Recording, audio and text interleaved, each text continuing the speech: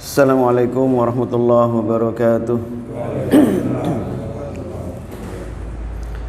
Innal hamdalillah nahmaduhu wa nasta'inuhu wa nastaghfiruh wa na'udzu billahi min shururi anfusina wa sayyiati a'malina. Man yahdihillahu fala mudilla lahu wa man yudlil fala hadiya lahu. Asyhadu an la ilaha illallah wahdahu la syarika lah wa asyhadu anna Muhammadan abduhu wa rasuluh.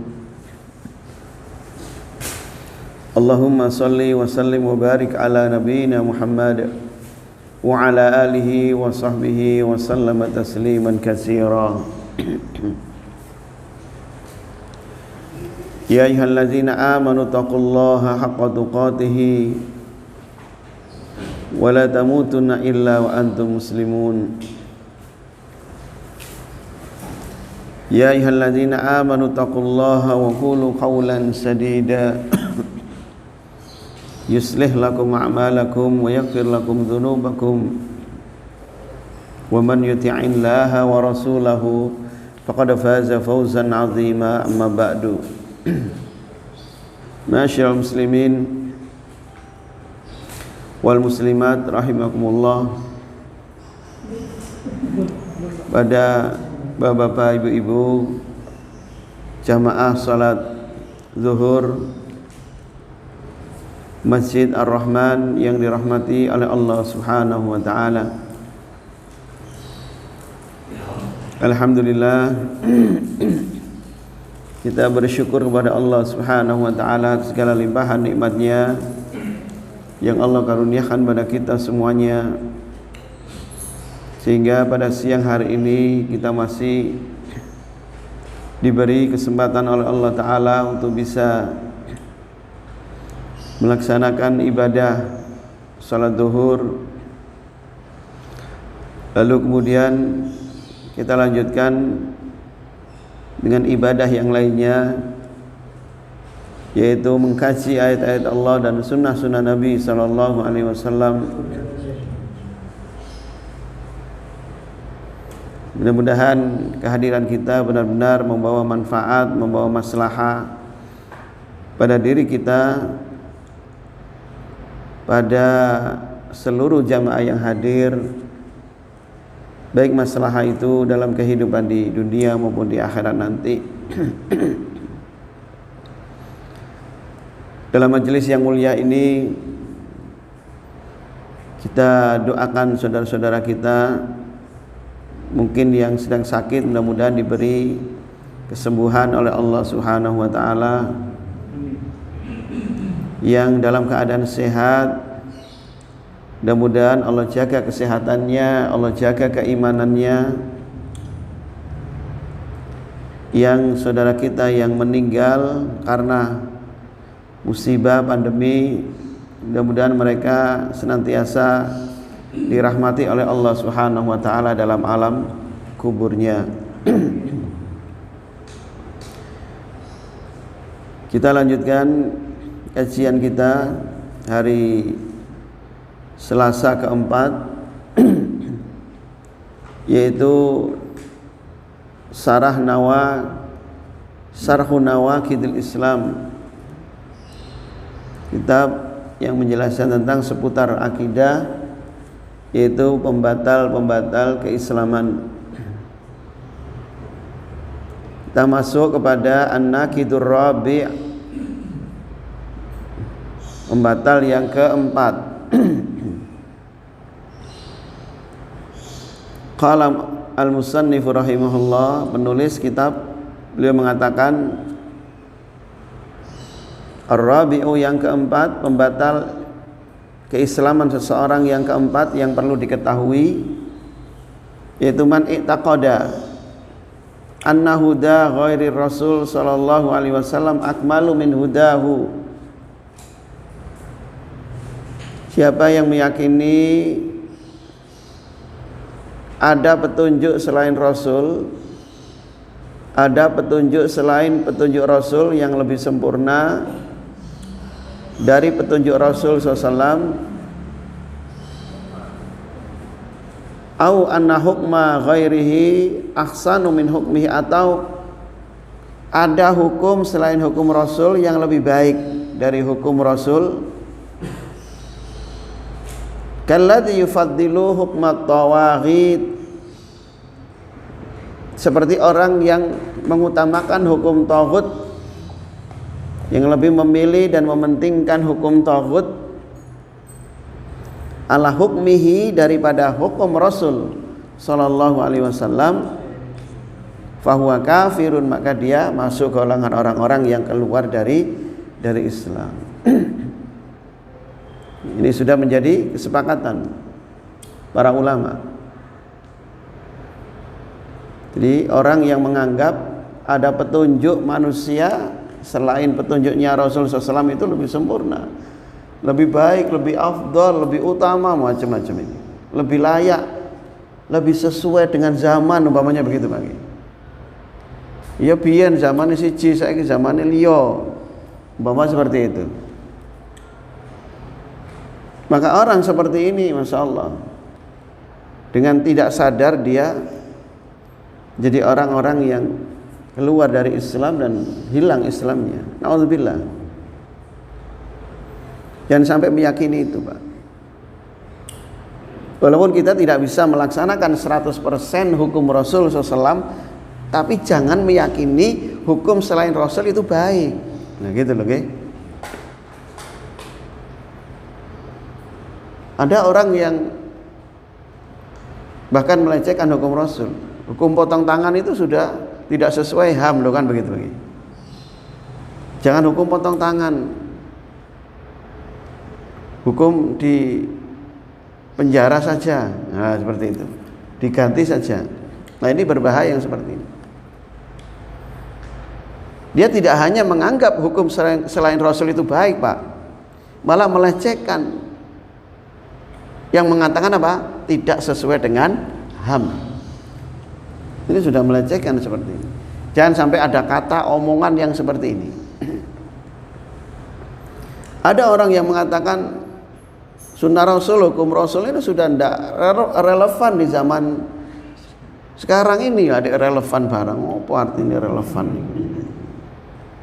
Ya, itu dulu lah itu.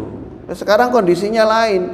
Loh, ngomong seperti ini loh, Pak, dengan meyakini, ya, dengan meyakini hukum selain Rasul itu bagus di zaman sekarang ini diterapkan, ini bisa hilang, Pak, Islamnya seperti ini. Na'udzubillah. Jangan sampai kita mengatakan yang seperti itu. Jangan sampai kita meyakini yang seperti itu. Kalau perlu jangan didengar omongan orang yang seperti itu. Akan sangat berbahaya sekali. Hukum apa saja itu? Hukum persoalan-persoalan apa saja? Tidak ada yang melebihi kesempurnaannya, baiknya daripada hukum Rasul sallallahu alaihi wasallam, karena hukum Rasul itu adalah wahyu dari Allah. Kalau hukum selain Rasul adalah hukum buatan manusia. Kalau hukum buatan manusia itu banyak direkayasa, Pak. Gak cocok diganti sesuai selera gitu. Jadi hukum selain Rasul itu seperti orang yang makan ketika pilih-pilih menu. Kalau nggak cocok menunya, ganti menu yang lainnya, seperti itu kenyataan dan faktanya. Maka tidak ada di dunia ini ya, hukum yang lebih baik, yang lebih sempurna, yang lebih utama, yang lebih layak daripada hukumnya Rasul sallallahu alaihi wasallam. Dalam penjelasan ini, dalam perkataan Syekhul Islam Muhammad bin Abdul Wahhab rahimahullah ta'ala, ini ada dua penjelasan. Penjelasan yang pertama, man itaqada anna huda ghairi Rasul sallallahu alaihi wasallam akmalu min hudahu wa hudar Rasul dinuhu wa tariqatuhu allati yasiru 'alaiha fi da'watihi ila Allah wa fi ta'limihi wa fi akhlaqihi. Fa inna rasula huwa akmalun nas hadiyan. Siapa yang meyakini sesungguhnya petunjuk selain Rasul lebih sempurna? Yang dimaksud dengan petunjuk Rasul adalah agamanya, jalannya di dalam mengajak kepada Allah Ta'ala, dalam pengajarannya, dalam akhlaknya, dalam segala-galanya. Karena Rasul adalah manusia yang paling mulia, manusia yang paling sempurna petunjuknya. Sebagaimana dalam satu al-hadis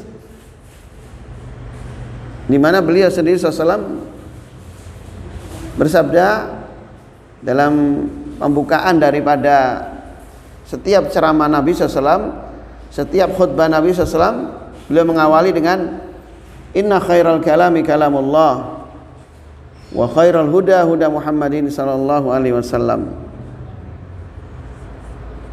Sesungguhnya sebaik-baik perkataan adalah firman Allah, dan sebaik-baik petunjuk adalah petunjuk Nabi Muhammad sallallahu alaihi wasallam. Ini beliau senantiasa ucapkan, Pak. Setiap khutbah Jumat, gitu. Setiap memberikan nasihat pada manusia, beliau mengatakan setelah amma ba'du fa inna khairal kalami kalamullah wa khairal huda huda Muhammadin sallallahu alaihi wasallam, atau redaksinya fa inna asdaqal hadisi kitabullah wa khairal hadi hadi Muhammadin sallallahu alaihi wasallam. Rasulullah senantiasa baca ini, Pak. Jadi kalau ada orang sekarang ini ustadz atau kiai yang ceramahnya pakai ini amma ba'du fa inna khairal hadisi kitabullah, sesungguhnya sebaik-baik perkataan adalah firman Allah dan sebaik-baik petunjuk adalah petunjuk Nabi Muhammad SAW, maka sudah dicap orang itu siapa? Wahabi. Oh itu, Pak. Jadi ceramahnya itu enak yang biasa saja itu, Pak, ya. Alhamdulillahilladzi hadana li hada wa ma kunna linahtadiya laula an hadanallah. Itu aman itu, Pak, enak. Gak dituduh macam-macam, Pak, itu, Pak. Oh ini aman ini ceramahnya begitu. Kadek sudah dia. Innal hamdalillah nahmaduhu wa nasta'inuhu fa inna khairal kalami kalamullah. Wah, ini jelas iki. Wis gak usah didengarkan, ngono ya, Pak. Sekarang itu zaman. Padahal itu yang ngomong siapa? Nabi, Rasul, Pak. Al-haditsnya sahih diriwayatkan oleh Imam Muslim dari sahabat Jabir bin Abdullah radhiyallahu anhuma. Nah, gitu loh, Pak. Jadi memang dibuat rancu sekarang itu. Dibuat hadis-hadis Nabi, hukum-hukum Rasul, sunnah-sunnah Nabi SAW itu dibuat asing, ya, dibuat terasing di hadapan manusia.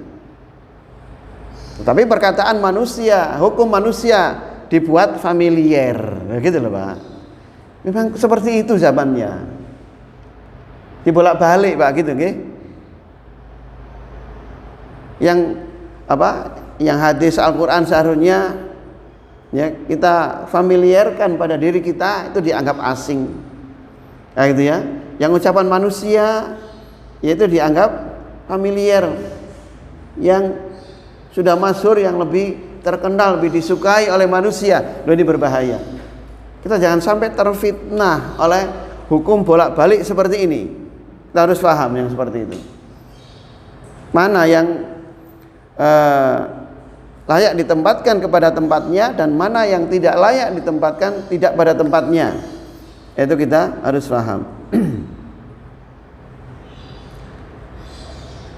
Jadi orang yang meyakini Rasul fahuwa akmalun nas hadiyan, padahal Rasul adalah manusia yang paling sempurna petunjuknya, baik itu dalam masalah muamalah dengan manusia, ya, atau pada orang-orang yang disampaikan dakwanya oleh beliau. Wa kana hudahu ma'an nas annahu yu'amilahum bi ahsanil muamalah wa yad'uhu bi ahsani tariqati. Maka petunjuknya yang Rasulullah SAW sampaikan kepada manusia, yang Rasulullah SAW bermuamalah dengan mereka dengan sebaik-baik muamalah, yang Rasulullah SAW mengajak manusia dengan cara yang lebih baik, yaitu dengan akhlak. Sebagaimana Allah Ta'ala berfirman, wa innaka la'ala khuluqin azim. Sesungguhnya engkau Muhammad memiliki akhlak yang sangat mulia. Jadi Rasul dipuji langsung oleh Allah Ta'ala. Maka tidak mungkin petunjuknya, ajarannya, ilmunya itu menyelisih daripada fitrah manusia. Tidak mungkin yang seperti itu. Karena Allah yang memuji beliau. Terus yang membuat hukum selain hukum Rasul, siapa yang memuji dia? Gak ada, Pak. Gak ada yang memuji dia. Ya dipuji sendiri oleh dirinya. Dalam ayat yang lain, fabima rahmati minallahi linta lahum walau kunta faddan ghalidal qalbi lang faddu min haulik. Dan dengan rahmat Allah engkau berlembah lembut kepada manusia. Rasul berlembah lembut kepada manusia. Kelembutan beliau mirihil mursalah, seperti angin yang berhembus, Pak. Lembut, penyabar, penyayang. Walau kunta faddan ghalidal qalbi, seandainya kamu ya memiliki hati yang keras, lan faddu min haulik, mereka akan lari darimu. Nah itu kan. Seandainya Rasul itu keras perangainya, nggak sampai Pak mendengarkan sabdanya, mendengarkan sunnahnya, mendengarkan hukumnya, ngomong saja sudah lari orang itu. Karena Rasul orangnya yang lembut, yang penyayang, yang penyantun kepada sesama manusia, sama kaum muslimin ataupun kepada non muslim. Fa'fu anhum wastaghfir lahum wasyariwilhum fil amr. Maka maafkan mereka wahai Muhammad, dan mohon ampunkan bagi mereka, dan bermusyawarahlah dengan mereka dalam segala urusan atau perkara. Ini akhlaknya Rasulullah SAW. Beliau adalah manusia yang paling mengerti, yang paling tahu ya tentang apa? Tentang ilmu, tentang jalan menuju Allah Subhanahu wa ta'ala. Karena beliau senantiasa bermuamalah dengan baik, santun, cerdas dalam menyampaikan daripada ilmu. Contohnya ketika ada orang Arab Badui yang pipis di masjid, ya ada orang Badui pipis di masjid. Lalu para sahabat sudah gregetan, Pak. Umar mau menempeleng, sahabat yang lain mau nyeret, mau nyaduk wis barangkali. Maka summa amara bi dzanubin min ma'in fasubba alaihi summa da'a. Rasul mengatakan jangan kalian tempeleng, jangan kalian seret, jangan kalian caci maki. Biarkan dia menuntaskan pipisnya loh, tambah dikon guyu nang masjid ya, Pak. Kira-kira kalau ada orang masuk di sini pipis di tengah Masjid Ar-Rahman, kira-kira bagaimana, Pak, kalau kita tahu, Pak?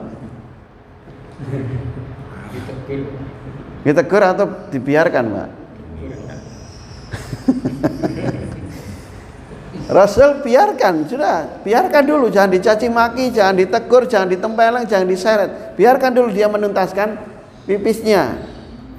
Lalu ambil itu air sak timbo, ya, lalu bawakan ke sini. Selesai orang Badui itu pipis, suruh nyiram. Sampai para sahabat sudah disiram itu airnya. Lalu suruh kemari orang itu. Loh, Pak, enak, Pak ya.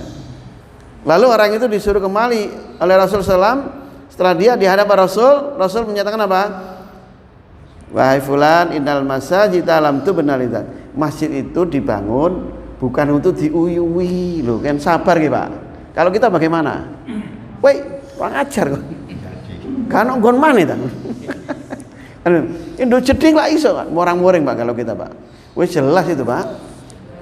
Jelas Pak. Ono wong koyo nduk masjid. Oh, kurang ajar macam-macam Pak sudah wis pokoknya muah. Mau nempeleng, mau nyaduk, mau sembarang kalir Pak. Rasul ndak. Beliau mengatakan apa? Innal masajid dalam tu benar itu. Sini kamu, masjid itu bukan dibangun untuk diuyui. Innama buniyat li dzikrillahi azza wa jalla. Sesungguhnya masjid itu dibangun untuk digunakan untuk berzikir kepada Allah Subhanahu wa taala. Seperti itu. Bahkan dalam bermuamalah Rasul kepada manusia sangat baik, dalam pengajaran ilmu juga sangat baik. Maka layak beliau disebut bi aksani tariqatin wa akmali huda. Layak petunjuk beliau adalah petunjuk yang sempurna. Itu ya, hukum beliau adalah hukum yang paling sempurna.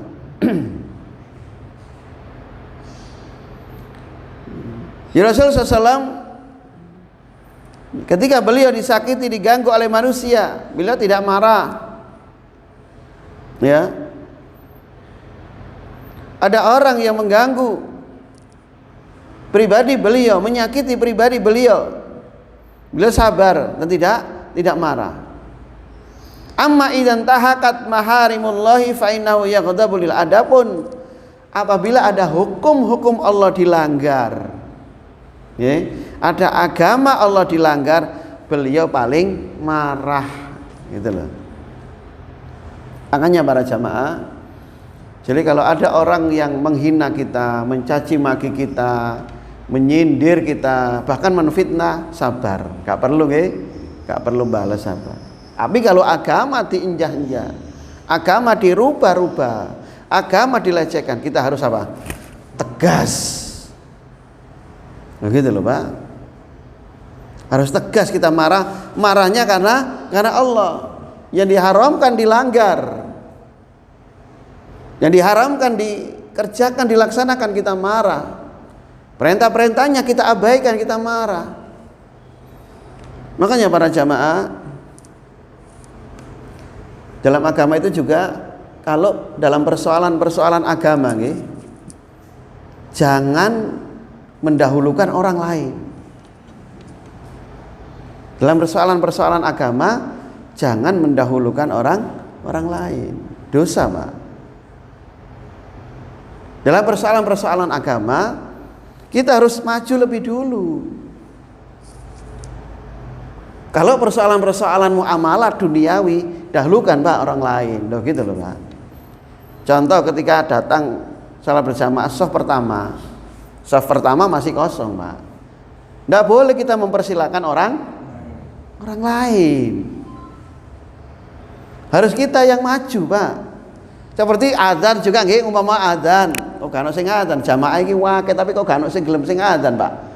Gak boleh Pak, monggo adzan gak boleh Pak. Dia langsung maju, langsung adzan. Loh gitu loh Pak. Nggih ta? Paham nggih? Kalau persoalan pembagian daging Pak, nggih ta? Pembagian daging kurban, ya, jangan royoan. Dahulukan orang lain, loh gitu loh. Apa seperti itu kita kira-kira Pak? Gak kumanan iki ngono. Wong daftare wis daftare dhisik Iya Pak.